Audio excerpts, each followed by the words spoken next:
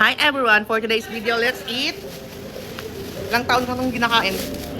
Marang, fresh again from puno. Sa bukid lang to guys, dyan lang sa harap namin. Kasi, lagi talaga may nagtitinda ng ganito dito. So, sa mangustin, bigay ng kapatid ng nanay ko.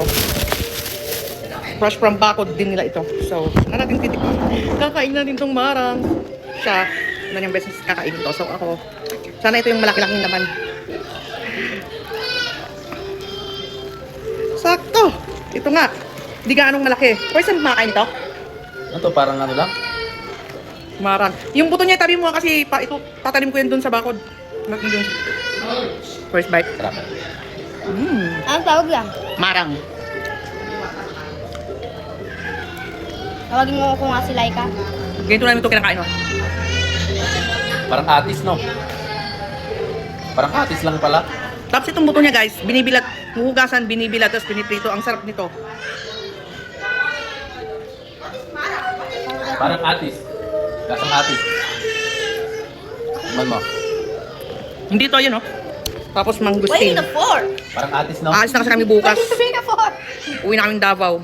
Kain kami ngayon sa Nakakain ka ng atis, Kyle? probinsya namin, sa Parang Maguindanao. Bukas sa Davao naman kami. Ito mangustin, fresh from bakod. Atis?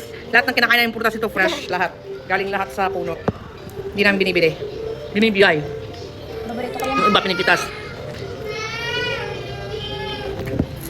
Ganto, parang ganto, Mangustin. Kyle, oh. Ganto yung lasa.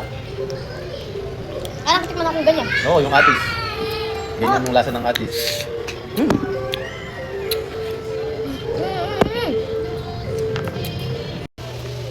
May dumating na naman tayong bisita, guys. Pinalalahan na naman tayo ng pagkain. Maranao delicacies. Of course, dudol, ang ating paboritong kakanin. Sa Tagalog nito, kalimutan ko na eh. Kalamay. Dudol sa Muslim. May dumating na naman tayong bisita. One of my favorite desserts ng mga Muslim. Tignan nyo, guys.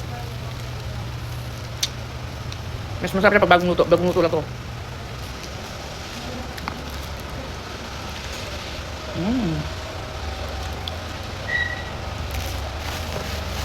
Ang sarap niya. Ito pa yung pansit. Ay, yung bihon na matigas. Basta, pag Muslim ka, alam yan.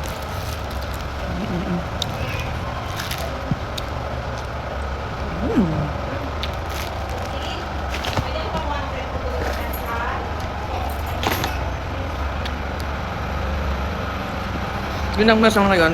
Kaya na pa tayo kain ng kain eh. Ibang trabaho na. Mula dumating ako dito, ang dami pumupunta. Ang dadalang kung anong pagkain. Yung asawa ko na yung patso na sa kakakain. So yun lang muna, guys. Bye!